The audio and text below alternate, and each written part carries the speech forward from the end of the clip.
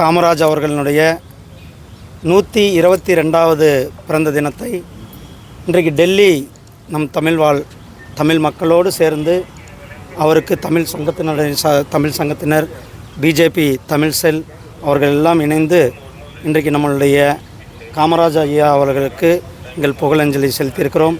அவர்களுக்கு மலரஞ்சலி செலுத்தி அவருடைய புகழஞ்சலி செலுத்திவிட்டு காமராஜர் ஐயா அவர்களுடைய புகழ் எவ்வளோ பெரிய புகழ். அவர் கிட்டத்தட்ட இன்றைக்கு 122 வயது ஆகிறது. அவருடைய ஆட்சி காலத்தில் தமிழ்நாட்டினுடைய வளர்ச்சிக்கு அவர் முதலமைச்சராக இருக்கும் பொழுது தான் தமிழ்நாட்டில் குழந்தைகள் ஏழை எளிய மக்கள் அனைவரும் கல்வி கற்க வேண்டும் என்று அவர் மதிய உணவு திட்டத்தை அறிமுகப்படுத்தினார்கள்.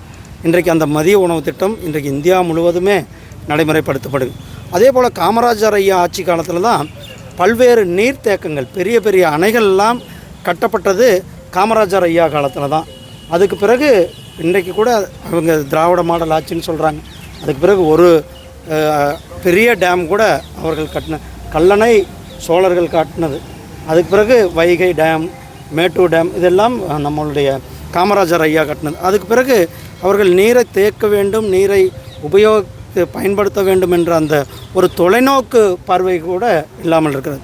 அதே போல் காமராஜர் ஐயா காலத்தில் தொழில் வளர்ச்சி, சென்னையில் இருக்கிற ஆவடியில் இருக்கிற HVF நிறுவனங்களாகட்டும், இப்படி அனைத்து நிறுவனங்களும் அவருடைய ஆட்சி காலத்தில் அங்கு கொண்டு வந்து நிறுவப்பட்டு தமிழ்நாட்டினுடைய வளர்ச்சியை ஒரு பெரிய அளவுக்கு எடுத்துக்கொண்டு தமிழர்களுடைய ஒவ்வொருவருடைய வளர்ச்சிக்கும் பெருந்துணையாக இருந்தவர் பெருந்தலைவர் காமராஜர் ஐயா அவர்கள். பெருந்தலைவர் காமராஜர் ஐயா அவர்களுடைய 122வது பிறந்த தினத்தில் அவரை போற்றுவதிலும் அவரை பெருமைப்படுத்துவதிலும் நாம் சந்தோஷம் கொள்கிறோம், மற்றற்ற மகிழ்ச்சி கொள்கிறோம். தேங்க்யூ.